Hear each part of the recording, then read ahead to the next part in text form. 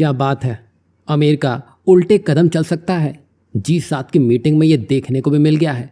वहीं भारत ने ट्रंप को ना बोलकर एक बड़ी जियोपॉलिटिकल जीत हासिल कर ली है। वहीं म्यांमार को अब भारत सील करने की तैयारी में है। ये तो आप देख ही रहे हैं, जितनी टेंशन अभी जियोपॉलिटिक्स में दिख रही है उतनी शायद कहीं भी नहीं होगी, क्योंकि यूरोप हो या अमेरिका, कोई चीन को सबक सिखाना चाहता है तो कोई रूस को।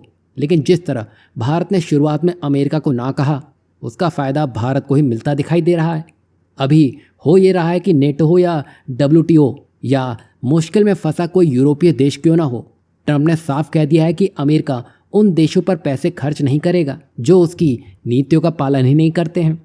और ख़ास बात तो ये देखिए, जब ट्रंप ने अपने सहयोगियों पर निशाना साधा तो चीन को ये लगा कि उसके लिए सुनहरा मौका है। तभी उसने मौका मिलते ही ताइवान स्ट्रेट में अपनी सेना बढ़ा दी, साउथ चाइना सी में आक्रामक रुख अपनाया और इंडियन ओशन में भी अपनी गतिविधियों को तेज कर दिया। अब अमेरिका ये सोच रहा था कि जितना चीन उसके लिए खतरनाक है उतना भारत के लिए भी होगा।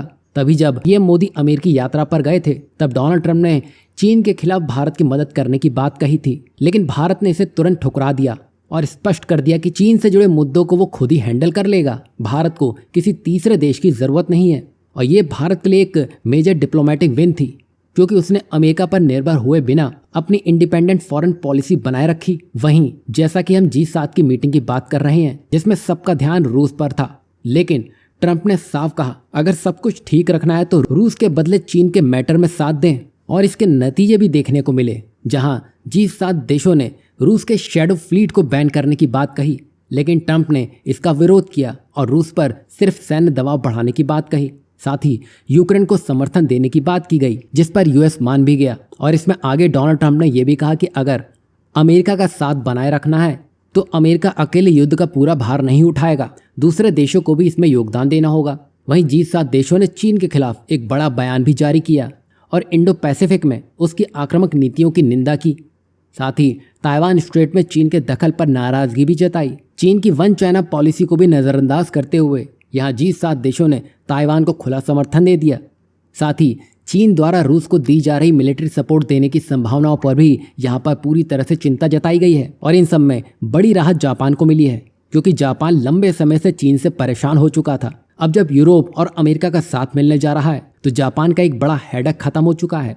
जैसा कि आपको याद ही होगा, हमने कहा था कि डोनाल्ड ट्रंप ने चीन के खिलाफ मदद करने की बात कही थी, लेकिन भारत के सिर्फ ना कहने से भारत एक बड़ी जंग जीत चुका है। क्योंकि आप अमेरिका का इतिहास उठाकर देखेंगे तो यह आपको जरूर दिखेगा, वो हरदम बलि का बकरा किसी दूसरे देश को ही बनाता है ताकि उस पर कोई आंच ना आए।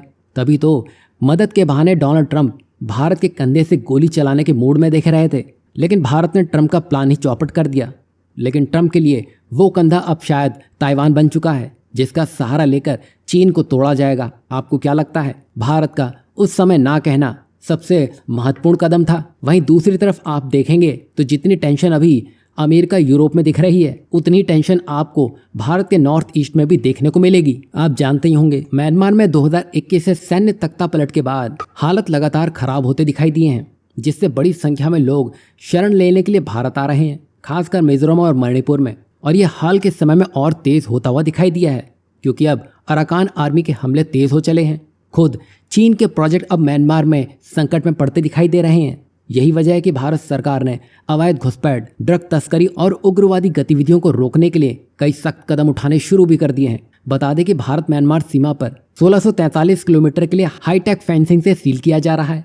और इस फेंसिंग की खासियत ये होगी कि इसे ना काटा जा सकेगा और ना ही इसे पार किया जा सकेगा। वहीं CCTV सर्वेलेंस, बायोमेट्रिक रिकॉर्डिंग और QR कोड पास सिस्टम भी लगाया जाएगा। यही नहीं, भारत ने फ्री मूवमेंट रिजीम यानी कि FMR को भी खत्म कर दिया है। साथ ही भारत ने 1600 किलोमीटर लंबी सीमा पर, जिसमें भारत ने सीमा पर बिना वीजा के 10 से 15 किलोमीटर तक की यात्रा करने की छूट को अब पूरी तरह से खत्म कर दिया है। अब सीमा पार करने के लिए तय गेट का इस्तेमाल ही किया जाएगा।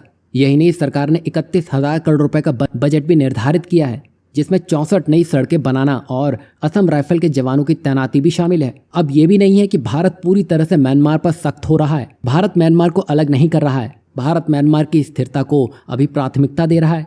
उसे सैन्य व इंफ्रास्ट्रक्चर सहायता भी दे रहा है ताकि वह चीन के प्रभाव से दूर रह सके। यही वजह है कि हाल ही में भारत ने चावल की एक बड़ी खेप म्यांमार में भिजवाई थी। वहीं भारत की सुरक्षा और एकता भी जरूरी है।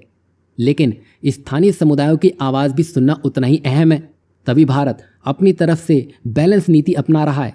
यहाँ आपको क्या लगता है, म्यांमार और बांग्लादेश के बिगड़ते हालात क्या भारत के लिए नए अवसर बनाते हुए दिखाई देंगे? इस पर अपनी राय जरूर दीजिएगा।